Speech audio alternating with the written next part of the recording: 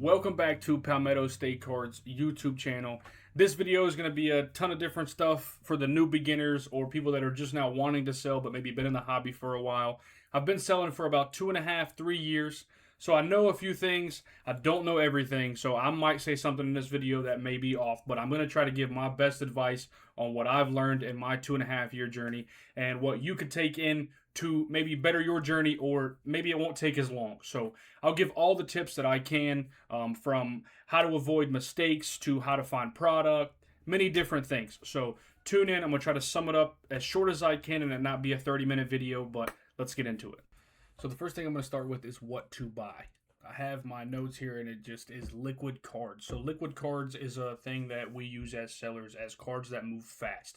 So such as Shohei Ohtani, Bobby Witt, Jaden Daniels, Jackson Dart, Travis Hunter, Ted McMillan. There's names and names and names, but the top name people that people are looking for. So if you're buying cards that people aren't looking for, you're going to have to sit on those cards longer to be able to make any money.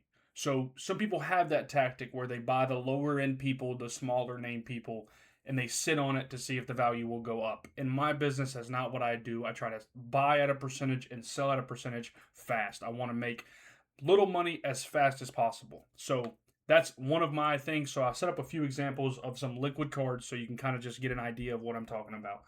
Here's a Bryce Young Obsidian rookie out of 75. This is a clean card. There you go. Purple Obsidian. People love Obsidian. Some people hate Obsidian, but it's a Bryce Young. I live in Charlotte, so when I go to card shows, it's something that I can move very fast. I pay on cards the $20 to $40, let's say $20 to $50 range. I normally buy those cards at like 82 to 88%, depending on the player. Something like this, I'll pay in that mid-range, like 85%, only because I can move it fast. The next one would be like a Shohei Ohtani, red, white, and blue out of the new 2026 Topps Chrome. Clean card. People are always looking for Shohei Ohtani. It's never going to be a not household name. So it's something that you can buy and sell next day. So with that being said, another football name would be like Jamar Chase. So Jamar Chase is a Triple Crown winner. You know, you can go on for days about his stats. People are looking for Justin Jefferson. I don't know why I said Jamar Chase. That was dumb. I don't even know my own sports. Another one, Paddy Pimblett, big UFC name. He has the most hype since Conor McGregor, I would say.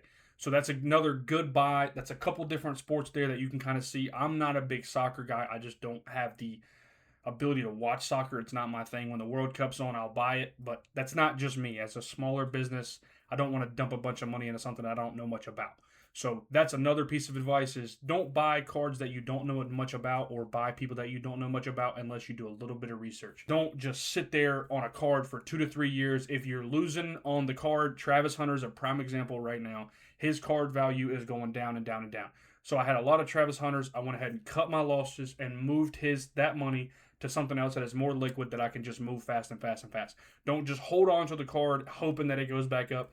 Cut your losses. Get out of it. Buy people that people know. Don't buy people that people have to like say, who are you talking about? Oh, the wide receiver from the Jets. You know, buy people that people are looking for.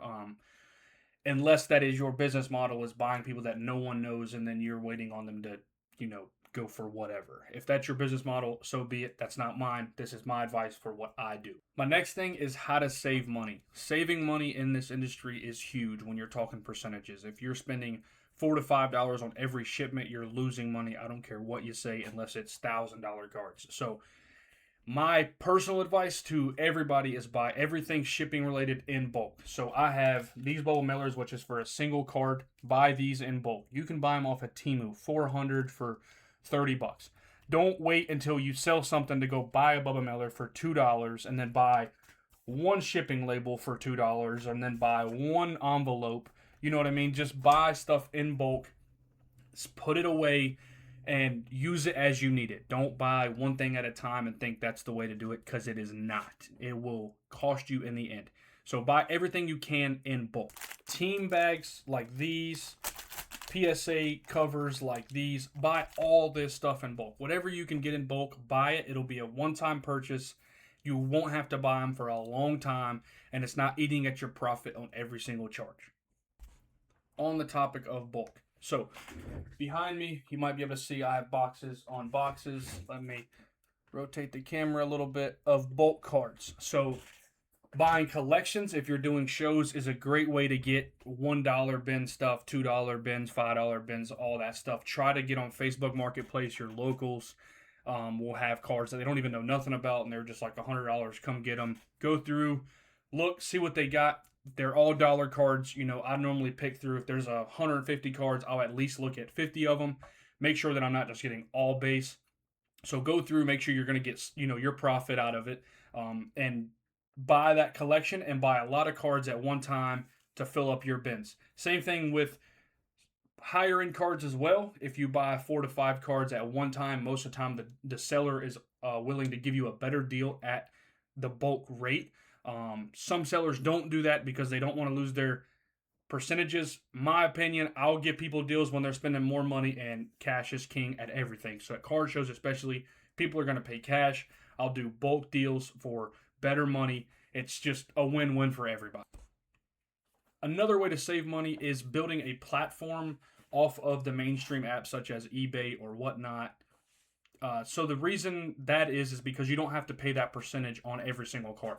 So if you can buy cards at 90% to 85% and sell those same cards for 92 to 94% but not have to pay that 13% fee, it's very big when you're talking $100 cards. So that's a big thing, is building a platform off of the mainstream app so you're not paying those fees on every card or every purchase. So that's another reason why I'm doing these YouTube videos, these Instagram Reels, TikToks, all that stuff. It's trying to build a platform where I have people that will ask me for cards outside of apps, and I can just do PayPal goods and services, move the card, better deal for the buyer, better deal for me. I'm not paying fees. I'm not having to charge them more to cover the fees. So it's a win-win for everybody. This little section is for my Whatnot streamers. If you want to sell cards on Whatnot streamers and save money in the meantime, you have to make sure your shipping is right. So normally on my channel, I'll do it low shipping, $20 and under will be a mail letter, and over that will be ground advantage, and anything over 5 pounds will be priority mail. So that also lets the buyer buy the $2 to $3 cards and not pay $5 shipping, because no one wants to pay for a $2 card and actually end up paying $7 for the card. So that'll make the shipping for the first purchase like $1 to $2, and then any purchase after that, the shipping might go up in increments until they get to that $20 mark, and then they get upgraded to the ground advantage, which would be the black bubble mailer, this size or the bigger one, whatever. And then when they get over the 5 pound mark, you'd have the big priority mail box or the bag bubble mailer, however you want to do it. But that's a way you can sell cards on the lower end and people not think, why am I going to buy this $2 card and then pay $5 shipping? Before I go any further, it would mean the world to me if you subscribed. I have like 370. I'm trying to get to the 500 mark. I'm just trying to help people that are just now getting into the game, and people that have been in the game that maybe I get to teach them something and they can teach me something. So I love to hear the comments as well. And if there's something in this video that you hear that maybe I didn't describe very good, or maybe you want a whole video on one thing, let me know. I don't mind making the videos. I need more video ideas. So please like, subscribe, comment, do all that good stuff. I have another video on this section, but this is where to find the deals. So I have a few different ways you can find deals. For me, I do find some on eBay casually. I'll be scrolling and find some decent deals at buy it nows, or I'll throw offers and get good deals on cards. But one that has really clicked into my brain recently is Facebook groups. If you scroll through my Facebook, which this is my business page, I just have nothing but sports cards. On every single scroll is basically a sports cards. Here's someone selling lots, selling all kind of different stuff. But when you're doing that on Facebook, make sure if someone is selling you this Jamar Chase, why do I keep saying Jamar Chase? Justin Jefferson. Let's say someone's selling you the Justin Jefferson. You want them to take this card on a white background. Let's say the back is white here, and you want them to put their name or something on a sticky note and put it behind the card, in front of the card, beside the card, something, somewhere. That way you know they have the card on this date. So that is one thing I hear all the time on people that are just now getting into the game. They buy cards virtually over off the apps, and then they wonder why they get scammed or they don't ever get the card. It's because the person never had the card. It's a fake page. They don't have the card. They're just out here scamming people. So that is a humongous piece of advice if you're buying off of apps. So take that, and there is plenty of deals on Facebook. People will literally post on there, need the money, here's a card, and you might be able to get a $100 card at $50, and you could turn that card around, post it at 80, move the card quick, make your 30, keep on pushing. So that is another piece of advice. Facebook groups is very good. Whatnot can be good. The only problem with Whatnot is people will run a card like, let's take this Jordan Addison rookie patch. It's not even rookie, so that's even better. And they would take this card, put it on the screen, and scream at you and tell you that you are way under comps, and you are probably bidding at $9. This is probably a $3 card. But they will sit there and tell you that you're under comps, and people will bid and bid and bid, and you might end up paying $20 for this card when it's a $3 card. So keep that in mind. Don't just get into any stream and start swiping, because people will sit there and tell you they have a $50 card and it's not $50. So keep that in mind when you're on Whatnot. Even eBay, even TikTok Live. I've seen recently that's more becoming a thing on TikTok Lives, is people screaming at you, bid, you're way under comps. I try not to do that. I try to tell people, hey, this Kyle Hamilton or whatever, I'm in this for, I'm not going to tell them what I'm in it for, but I'm in it for $7, let's just say. And I'll put this card on there and I will say, Kyle Hamilton, last on print, 99 of 99. Get me close. And I'll put it on the stand and let them bid. If they want to fight it out and pay me $20 for a $10 card, so be it. That's on them. But I'm not going to scream at my viewers and tell them to keep bidding when they've already surpassed what the card's worth. So I try to be true to my viewers. I don't want them coming back and thinking, oh my God, I paid this guy $20 for a $3 card. That's not what I want. I don't want Palmetto State cards remembered as that. So keep that in mind on Whatnot and all those other apps. It's a great way to find deals, and there are good streamers, so I don't think every single streamer is like that, because that is not the case. But there are some like that. So get into streams, gander. Sometimes I'll literally go on there and go to the filters and press low viewers to high viewers, and it'll start at the top with like the people with one viewer. And I'll get in there and just start talking to people, seeing what they have. That way I'm not competing against 50 other people, but it's a way to get out there and see what other people have.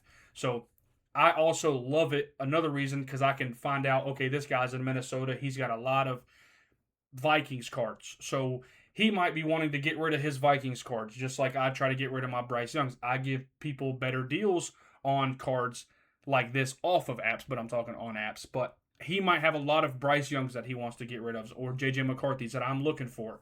And he will sell me those to get that first sale, to try to make that connection, and we bond from there. So don't always just go to the streamers that have 300, 400 viewers in there, because you're bidding against people that just have money to spend, and you're just blowing money. You're paying way over comps for cards that you shouldn't even be paying $5 for.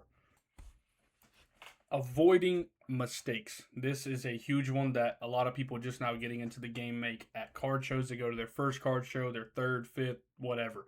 So at every card show, no matter if you look at this Josh Allen and you think, oh my God, Josh Allen out of 50 for $50 is a steal. That's not always the case. You need to have an app kind of like I have this one. This is Card Ladder.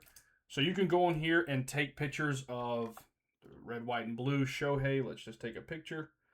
See what comes up.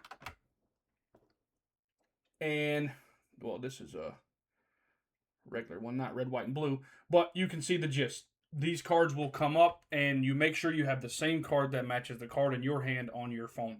And you look at the comps. Don't ever just look at a card and think, oh my God, Jalen Waddle out of $25, $50. Let me get that and pay $50. Because I have been to plenty card shows of people that I've seen on YouTube, or people that have well-known names that have cards marked way over comps. So always check the comps. And I know you probably watch videos and people are haggling people over comps, but no one wants to pay 100% on a card if you're trying to sell it. I pay 100% on cards that I'm PCing, like Giants cards, stuff like that. But if I'm selling a card, I don't want to pay 100%. That's just not the market. That's just not what they do. That's not what I want to do. But I will pay good prices for good cards. So always check the comps. Don't ever just buy a card blindly, because you will go back later and be like, why did I buy this $70 card for $120. Now I'm just going to have to cut my losses. And next thing you know, if you do that at one card show and you buy 10 cards, you could do that on 3 of those 10 cards, and that might add up to be $250. And you have to sell every card that you bought at 100% just to make your money back. So keep that in mind. That's a big thing with people just now, going to card shows and doing this stuff, is paying the price that's on the label. Do not always do that. This is not a grocery store. We are here to negotiate. Back to buying cards off of apps and using PayPal. I only use PayPal. Some people use Venmo and Cash App, and they do all that stuff. Me, if you want to make a deal with me, I use PayPal. Unless we're in person, obviously I'll do cash. So with that being said, if you are using PayPal, and this is my buddy Dylan, let's say I wanted to send him $100 for some cards. You go to send the money, it'll pop up like this. And make sure me and him are friends and family, but make sure if you don't know this person personally and you're not 100% sure if you're going to get your cards, always press goods and services. And that right there gives you get a full refund if an eligible item gets lost or damaged. Seller pays a small fee. So that means if I don't send you your card that you get from me, you do get money back. So, and the only thing with that is if you're just now getting into this, people that's been in it knows this, but they do charge a 3% fee. So if I'm the seller and let's say you're the buyer and I'm selling you a $100 card and we agree at 90.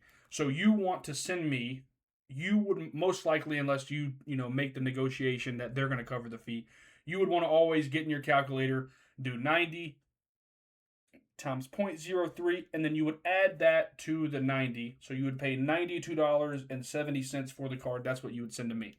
So make sure you're covering the fee, because if that, $2.70 isn't a big deal, but in the long run it is. That you got to think if you sell 1,000 cards and somebody does that to you every single time, it's a lot of money.